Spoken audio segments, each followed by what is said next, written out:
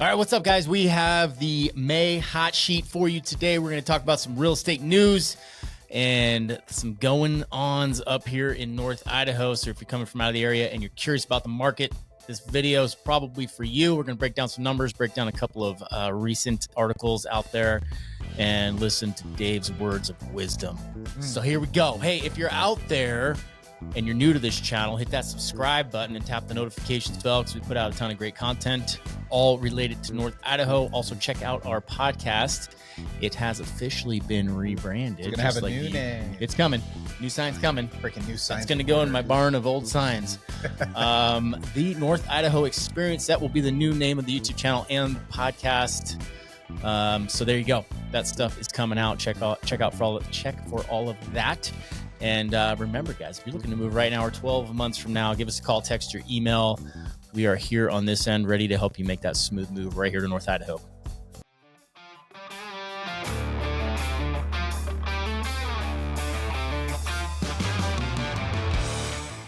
All right, let's dive right into some stats. I'm going to screen share with y'all here in a second. Stand by. Watch me do technology. You can screen share? Yeah, check this, bro. Boom. All right. Presumably they can see that. So here we go.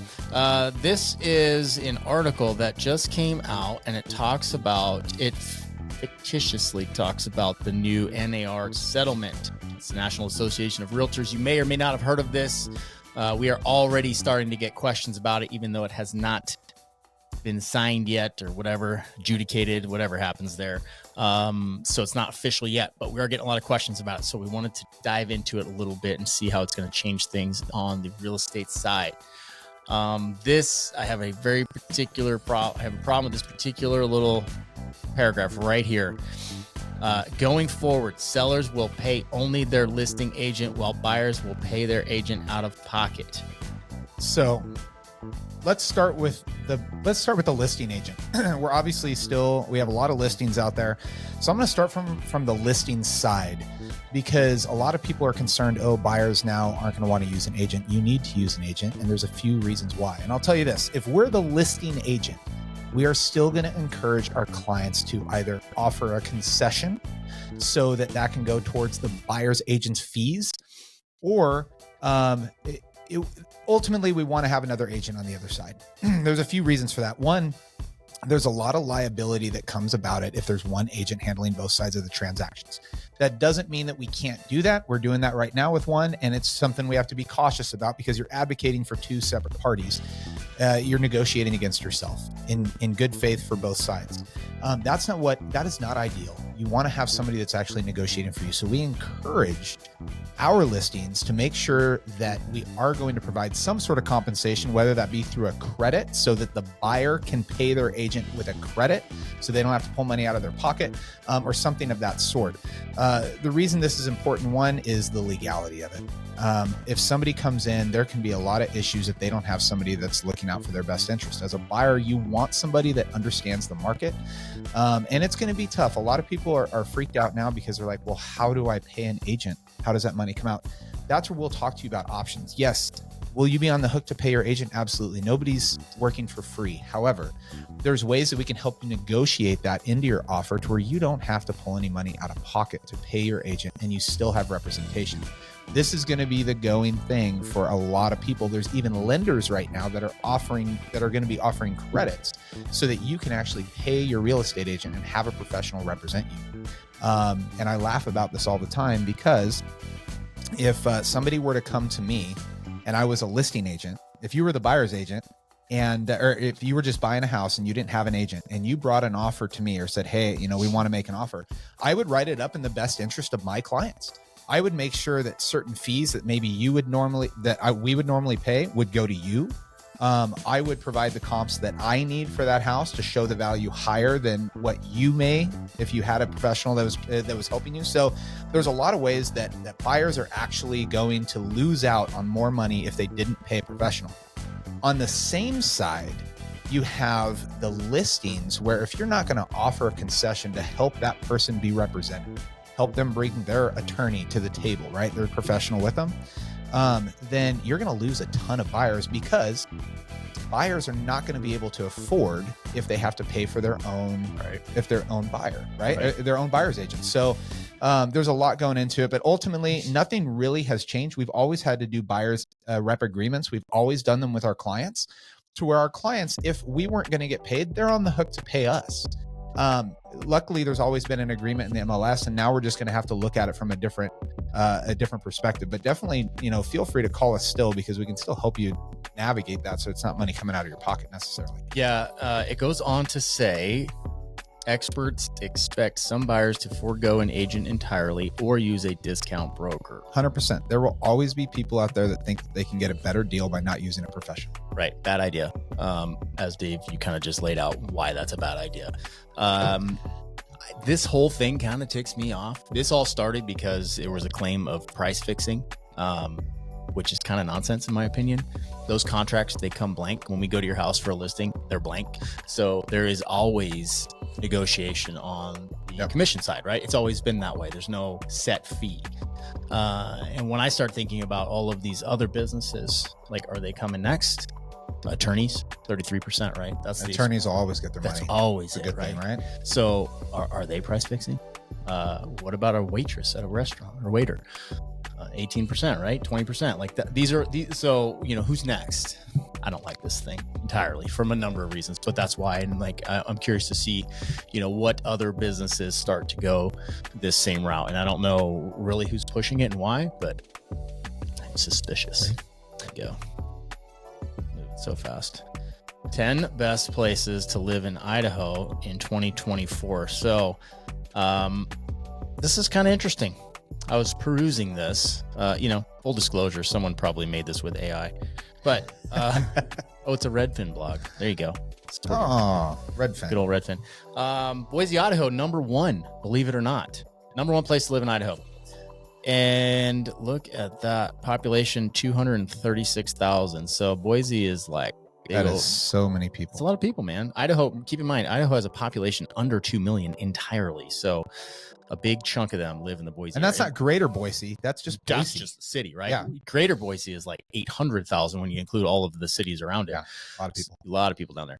But apparently number 1 place to live. Median sale price there is $495,000. Okay, number 2, good old Coeur d'Alene. Look at that beautiful picture of the resort. Wait, what is that? Yeah, okay, there's the resort. Condos. This is Independence Point. Thank you. Wow. There you go. Blanked on it. Thanks, Dave. You saved me. Beautiful picture of Coeur d'Alene right there. And, we're kind of partial to that. Population 56,000. Median sale price $639. Oh, well, $639 compared to Boise was at $495. $495, yeah. That's a big difference. Okay. Throw a couple more at you. Twin Falls. Don't know much about Twin Falls, to be honest. I have a old sergeant that I used to work for that lives down there. Loves it. And then we pop into Meridian, which is right outside Boise, and is probably the fastest growing. What does Meridian have? Another 129,000 people. That's a lot. Gosh. Yeah, I left so that I didn't have to live in a big city. So right. I think thankfully we're pretty geographically limited here. I don't think, unless things just keep going up, but that'll take a while. So we got some time. Get yourself a nice little property up in Athol, and you can live right on the outskirts. Moscow, Lewiston, these are all on the list. Nampa's down by Boise as well. Caldwell, same thing. Oh, Post Falls. Look at that right there. Population 44,000. Median sale price $477. So that's important to know because we're pulling statistics for Coeur d'Alene. So a lot of people move into North Idaho. If you saw that $639, Coeur d'Alene definitely carries a higher price tag. A lot of it is because of the downtown area. And we have a lot of waterfront as well. So the median price is going to be a lot higher, but just so you know, Post Falls is 5 minutes from here. So really it's the same geographic area, same communities, same access, same amenities, and you have a median sale price that's less than Boise. Yeah. It's, I would say the best place for families moving to the area that, as like maybe a starter home or a starter home up for here would be Post Falls. There's a lot of new development going in up there. So it could be a really good option for you. And like Dave said, you can't tell when you cross from Coeur d'Alene to Post Falls. The neighborhoods blend into each other. So it's not like you're driving 30 minutes to get there. It's right there. And real quick about prices, I know you're getting ready to go into stats. You know it. One thing everybody's asking, there's like, oh man, is the market dropping? Because we see a lot of price reductions. I touch on this a lot. It's still happening. The market, if you talk to lenders and everybody else up here, it's actually very stable. If you look at the price per square foot and everything, it's been stable for about a year now. The problem is that there's a lot of people that are selling their homes that bought during COVID. And I always, if you bought during COVID and you're trying to get your money back right now, you're probably not going to. So that we still have this COVID fever, no pun intended. We have this COVID fever that people, they bought their house for $600,000 and they want to list it now for $620,000. That's not realistic. So you're getting a lot of agents that are actually allowing people to overlist their properties. It's a good way to win a listing, right? You tell somebody their property's worth more. A lot of agents probably like, you're a jerk, but that's what happens. And, one thing that I pride myself on is that a lot of our listings sell for at or near listing price because we try to price them accordingly. So a lot of agents are over listing homes at a higher price and they're getting way less. So they're having to reduce the price to bring it down to an actual market value. So be careful of that. If you're going out and you're by yourself or you don't have a buyer's agent, get a buyer's agent because we'll run comps on those things. We just did one that was listed for $865 and they were dead set on it. We provided comps to show the house is not going to appraise for over $800. There was no chance. There was good comps on it. That's what we ended up getting the house for. So have somebody in your back pocket doing those things the way they should. You save those buyers quite a bit of money. Yeah. And actually made the deal happen because it would have appraised low and then 100%. That's what would happen at that point. So the market's stable. Yeah. That question does come up a lot and you hit it right on the head. It's people overlisting. Dave and I have both lost listings numerous times because we tell the truth. And a lot of people don't want to hear the truth. They have some other agent that comes in and is like, I'll get you $1 million. I forgot to tell $1 million. I just lost one yesterday.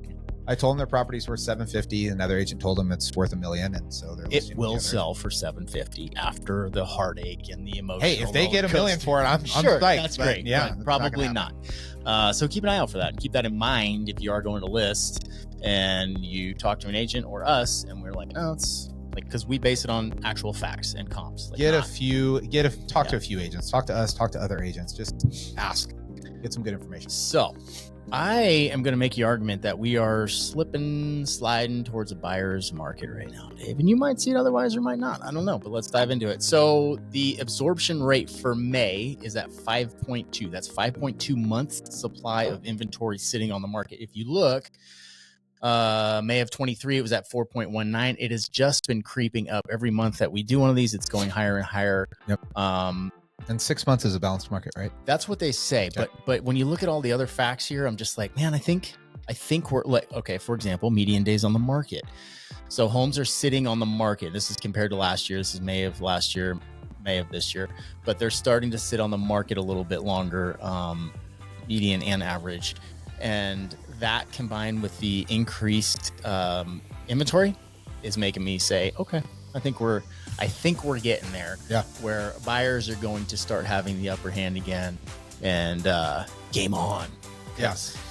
And that's something to keep in mind too, is that when you're offering on a property, a lot of it depends on how long it's sitting on the market. A lot of people that are listing have unrealistic expectations. COVID fever. They think their house is going to go in 36 hours. They call their agent. They're like, why are we not getting showings? Why is it? It's usually a price issue. But homes have a tendency to sit. Buyers have a lot of stuff they can look at right now. And if you're a buyer, I'll tell you, unless a property even if a property's been on the market for 12 days, I'll usually call an agent and talk to them, say, what's the activity you have? Do you have any offers? If they don't, I'm not going to encourage my buyers to make a full price offer. We're not going to do it. It's not that competitive right now. So we're going to try to shave a little bit off. I think it's a good strategy and it's working so far. Yeah, we've seen some where they are pricing very well intentionally, right?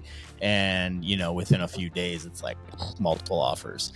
So people get scared when they hear that because it has happened recently to us a few times, but they are taking a pricing strategy of pricing in like below market value, hoping to get that multiple offer situation and potentially drive the price up. So that happens occasionally, but overall, yeah, you're right. It's not super competitive, which is cool. Might list my house soon too. Call me. It's a nice house. We'll see. Should I give the other stats? Do people care? Let's see. Why not? I bounced out. If they're still watching, they care. I bounced out of there too quick. They're watching.